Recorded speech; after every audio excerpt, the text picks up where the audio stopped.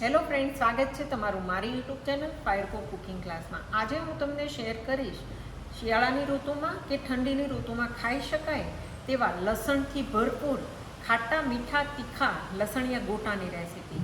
તો ચાલો મિત્રો, આજે આપણે શરૂ કરીએ પરફેક્ટ માપ અને પરફેક્ટ ટીપ્સ સાથે લસણિયા ગોટા. તો મિત્રો, આજે ખૂબ જ સરસ મજાનો વરસાદ પણ આવી રહ્યો છે અને આ જ વરસાદની મજા સાથે ખૂબ જ સરસ મજાના લસણિયા ગોટા પણ બનાવીશું.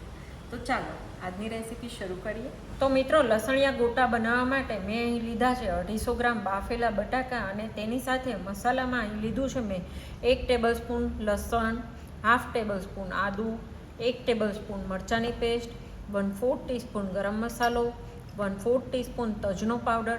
તજના પાવડરથી લસણિયા ગોટાનો ટેસ્ટ ખૂબ જ સારો આવે છે.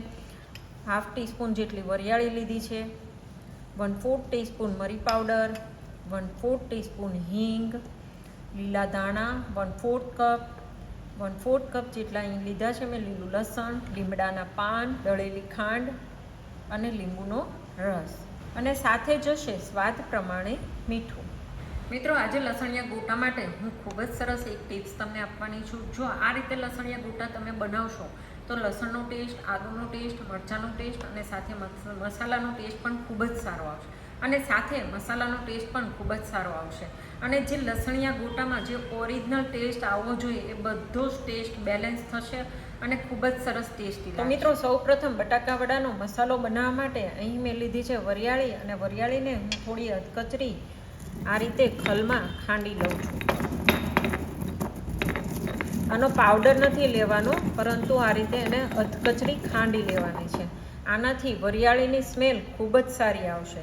તેના પછી મરચાંની પેસ્ટ, લસણની પેસ્ટ, આદુની પેસ્ટ, આને પણ એક સારી રીતે આપણે ખાંડી લઈશું. આમ કરવાથી લસણ, આદુ, મરચાંની સ્મેલ બટાકાવડામાં ખૂબ જ સારી રીતે બેસે છે અને તેનો ટેસ્ટ પણ ખૂબ જ સારો આવે છે. એના પછી લીલા લસણને પણ આ રીતે ખાંડી લઈશું. અને આ લીલું લસણ આપણે અધકચરું જ ખાંડવાનું છે, તેની એકદમ સારી પેસ્ટ બનાવવાની નથી. લીલા લસણનું જે પાણી છૂટું પડે છે તે પાણીની સ્મેલ બટાકાવડામાં ખૂબ જ સારી બેસશે. તેના પછી આપણે લીલા ધાણાની અંદર એડ કરી ફરીથી થોડા એવા એને ખાંડી લઈશું. તો મિત્રો, અહીં રેડી છે બટાકાવડા માટેનો લસણ અને લીલા મરચાંનો મસાલો.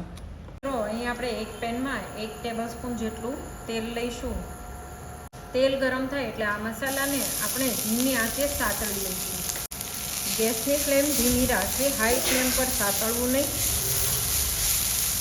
અને સાથે જ આપણે એડ કરીશું 1/4 ટીસ્પૂન ગરમ મસાલો, 1/4 ટીસ્પૂન મરી પાવડર, 1/4 ટીસ્પૂન તજનો પાવડર, 1/4 ટીસ્પૂન હિંગ અને લીમડાના પાન.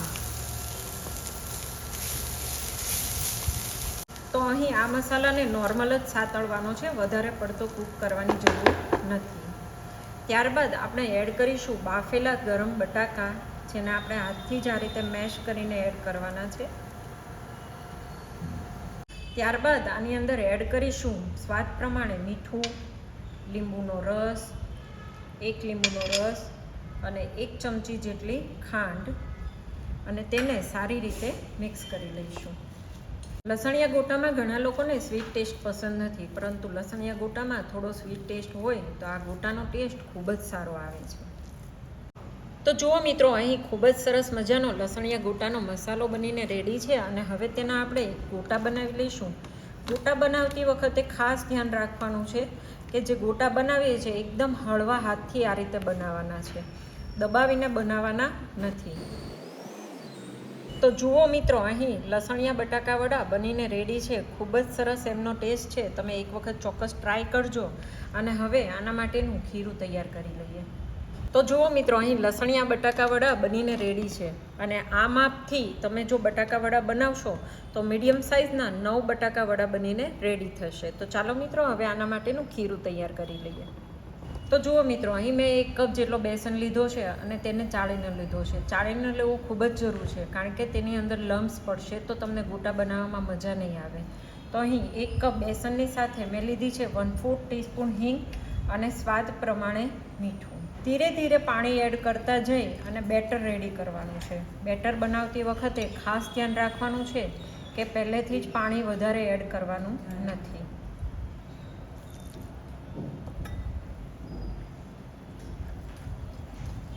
તો મિત્રો, જ્યારે પણ આ બેટર બનાવો છો, આ બેટરને હંમેશા બીટ કરી અને સોફ્ટ અને ફ્લફી બનાવવાનું હોય છે. તો કન્ટિન્યુ આને 4 થી 5 મિનિટ માટે આ જ રીતે બીટ કરવાનું છે. તો જુઓ મિત્રો, અહીં 4-5 મિનિટ બાદ આપણું બેટર બનીને રેડી છે. હવે આ બેટરની અંદર ચપટી સોડા એડ કરવાનો છે. તો અહીં મેં ખાવાનો સોડા લીધો છે ને 1 પિંચ, 1 ચપટીમાં આવે એટલો જ સોડા એડ કરવાનો છે. તેનાથી વધારે સોડા આની અંદર એડ કરવાનો નથી. ફરીથી આને સારી રીતે મિક્સ કરી લઈશું અને હવે આપણે બટાકા વડા બનાવીશું. તો અહીં આપણું તેલ પણ ગરમ થઈ ગયું છે અને બટાકા વડા માટેનું ખીરું પણ તૈયાર છે અને વડા પણ તૈયાર છે. તો ચાલો મિત્રો, હવે એને ફ્રાય કરી લઈએ. તો મિત્રો, આ રીતે વડાને ડીપ કરી અને પહેલાં એક વખત ચેક કરી લેવાનું. જો બેટર તમારું બરાબર લાગે તો તળવાનું, નહીં તો 1 ચમચી પાણી એડ કરી તેને ફરીથી થોડું પતલું કરવાનું.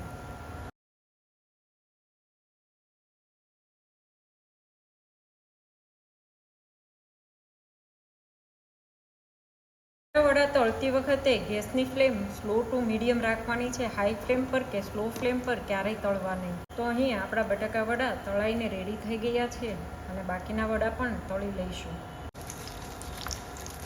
તો જુઓ મિત્રો, પરફેક્ટ માપ અને પરફેક્ટ ટીપ સાથે લસણિયા બટાકા વડા બનીને રેડી છે.